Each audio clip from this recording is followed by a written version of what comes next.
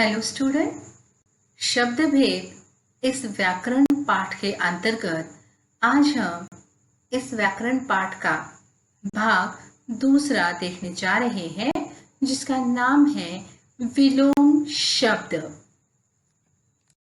चलिए अब हम जानेंगे कि विलोम शब्द किसे कहते हैं। विलोम का अर्थ होता है उल्टा। जब किसी शब्द का उल्टा या विपरीत अर्थ दिया जाता है तो उस शब्द को विलोम शब्द कहते हैं। अर्थात यदि दूसरे शब्द में कहना है तो एक दूसरे से विपरीत या उल्टा अर्थ देने वाले शब्दों को विलोम शब्द कहते हैं। इसे विपरीतार्थक शब्द भी कहते हैं। विलोम शब्द का अंग्रेजी पर्याय एंटोनिम्स कहते हैं। भाषा में भाव विचारों की स्पष्टता के लिए विलोम शब्द का ज्ञान बहुत ज्यादा उपयोगी होता है। विलोम या विपरीत अर्थ देने वाले शब्द निम्नलिखित विधियों से अर्थात पद्धति से बनते हैं। पहला है लिंग परिवर्तन से। जैसे पुल्लिंग शब्द है तो उसका स्त्रीलिंग करने के लिए या अलग जाति के शब्दों के लिए या उपसर्ग से, इन तीन पद्धतियों से विलोम या विपरीत अर्थ देने वाले शब्द बनते हैं। जैसे भाई बहन, राजा रानी, वर वधू या अधम उत्तम, अधिकतम न्यूनतम, अनुराग विराग या ईश्वर अनीश्वर, आस्था अनास्था। इस प्रकार से लिंग परिवर्तन से, अलग जाति के शब्दों से या उपसर्ग जुड़ने से यहाँ पर विलोम या विपरीत अर्थ देने वाले शब्द बनते हैं। इस भाग में आपको विलोम शब्द का परिचय होने के लिए उदाहरण के तौर पर 100 से भी अधिक शब्द यहाँ पर दिए हैं। उसमें से कुछ शब्दों की चर्चा हम यहाँ पर करेंगे। जैसे पहला शब्द है अस्त, तो उसका विलोम हो गया उदय, और उदय अगर शब्द है तो उसका विलोम होगा अस्त। यहाँ पर एक बात आपको ध्यान रखनी है विशेष तौर पर कि यदि शब्द यह संस्कृत भाषा से हिंदी में आया हुआ तत्सम शब्द है तो उसका अपोजिट मीनिंग वाला अर्थात विलोम शब्द भी यह तत्सम भाषा का ही होता है। जैसे यहाँ पर दिया है अतिवृष्टि, तो उसके विलोम में है अनावृष्टि। जैसे अर्थ अनर्थ, अवनति उन्नति, अमृत विष। उसी प्रकार यदि दिया गया शब्द यह तत्सम का बदला हुआ रूप अर्थात तद्भव शब्द है तो उसका विरुद्धार्थी या विलोम शब्द यह तद्भव ही होता है। जैसे आशा निराशा, आलसी परिश्रमी, आकाश पाताल। तो ये तीन महत्वपूर्ण बातें आपको यहाँ पर ध्यान रखनी है कि तत्सम शब्द के विरुद्ध में तत्सम शब्द ही होता है और तद्भव शब्द के विरुद्ध में तद्भव शब्द ही होता है। चलिए कुछ और उदाहरण देखते हैं।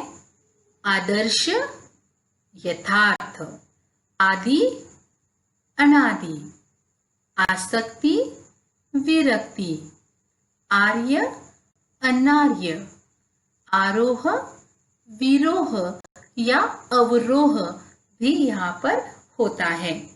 इहलोक परलोक, उपयोगी अनुपयोगी, ऐच्छिक अनिवार्य, उर्वरा अर्थात जो बहुत ज्यादा उपजाऊ है और उसके विरुद्ध में उसर, उसर अर्थात जो बंजर है।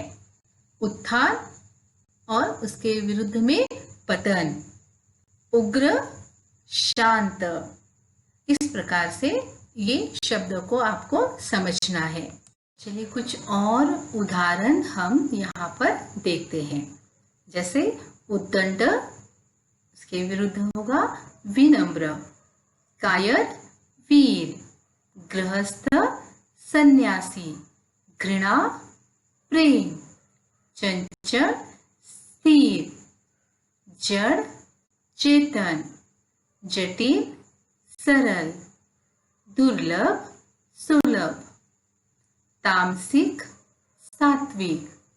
खल, खल अर्थात जो दुष्ट व्यक्ति होता है या दुष्ट प्रवृत्ति का, तो उसके विलोम क्या होगा? सज्जन। निंदा, प्रशंसा।